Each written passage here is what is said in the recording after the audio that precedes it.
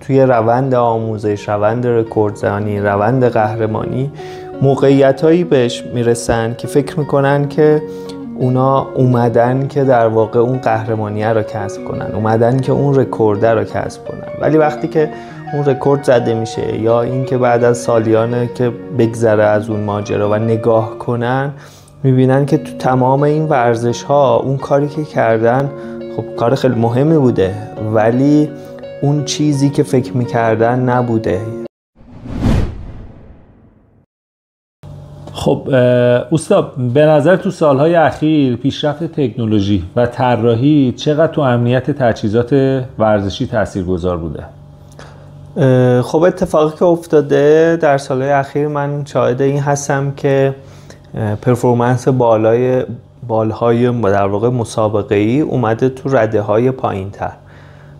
مثال بارزش تکنولوژی تولاینره که اومده در رده ENC ها الان داره همه‌گیر میشه و این خب پرفورمنس بالهای مسابقه‌ای رو میاره تقریبا تو لول های حالا بالهای ENSC و در واقع میتونم بگم که پرفورمنس حفظ شده در صورتی که امنیت رفته بالاتر.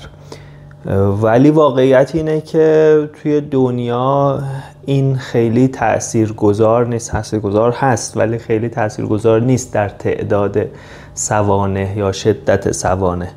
نمونهش یه سری در واقع تحقیقاتیه که انجام شده برای وقتی که مثلا توی ماشین ها وقتی که ایربگ اختراع شده و ماشین ها مجهز به ایربگ شدن یا این نسبت به وقتی که ایربگ نداشتن.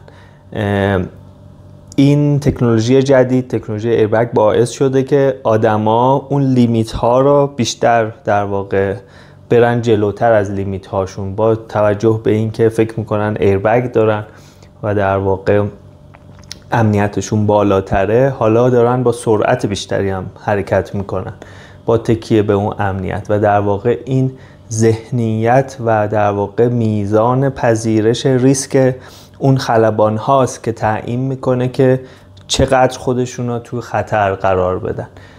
همین زمینه هم توی پاراگلایدر هم هست. ما برخلاف این که واقعا مشاهده میشه که بالهای پرفورمنس بالا امنیتشون الان خیلی بالاتره، خیلی استیبل ترن، کمتر تاک میزنن و در واقع کنترلشون راحت تره، سوانح آنچنان کمتر نشده.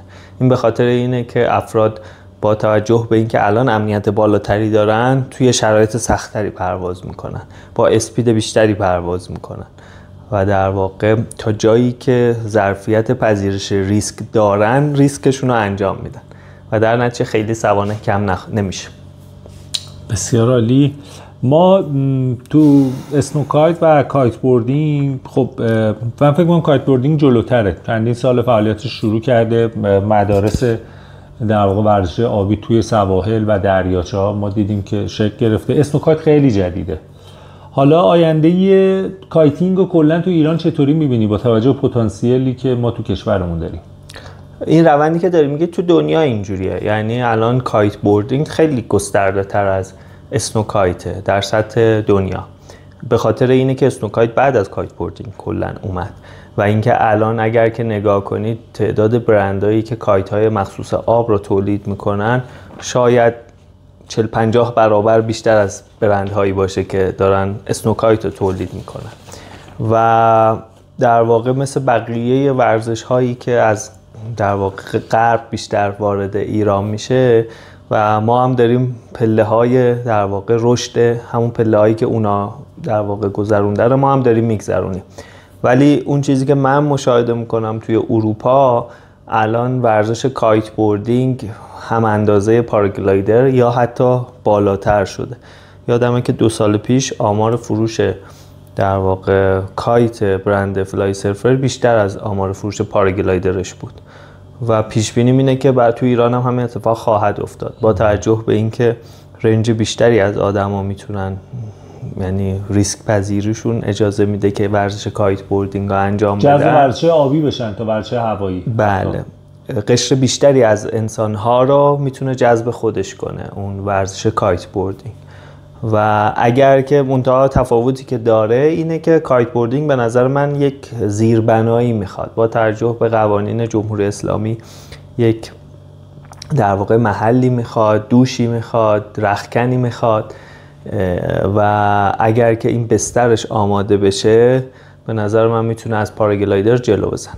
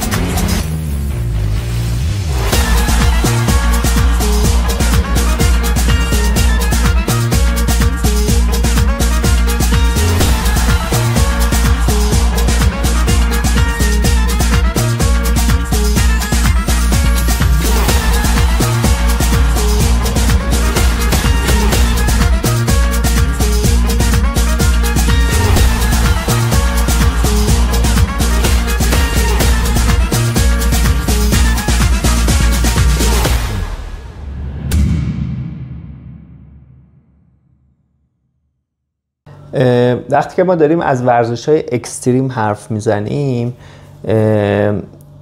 نکته‌ای که باید ورزشکارا بدونن اینه که توی روند آموزش، روند رکوردزنی، روند قهرمانی موقعیت‌هایی بهش میرسن که فکر میکنن که اونا اومدن که در واقع اون قهرمانیه رو کسب کنن، اومدن که اون رکورد رو کسب کنن، ولی وقتی که اون رکورد زده میشه یا این که بعد از سالیانه که بگذره از اون ماجرا و نگاه کنن میبینن که تو تمام این ورزش ها اون کاری که کردن خب کار خیلی مهمی بوده ولی اون چیزی که فکر میکردن نبوده.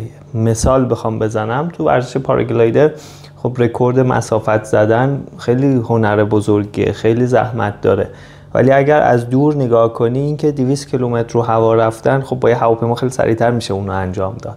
یعنی اون فعالیت ها به ذاته یه کار خیلی ارزشمند و خیلی بزرگی ممکنه نباشه، ولی اون تلاش اون ورزشکاره و اون در واقع زحمتایی که میکشه برای رسیدن به اونه که ارزش میده به اون کاره. و شما باید همیشه بدونید که به عنوان یک ورزشکار اکستریم این که شما سلامت باشید، این که در واقع بتونید ادامه بدید به این فعالیتتون و لذت ببرید از این کارتون اصل اساسی و مهمه. هیچ موقع امنیتتون رو فدای رسیدن به اهداف حالا مثل رکورد زدن تو این ورزش ها نکنید.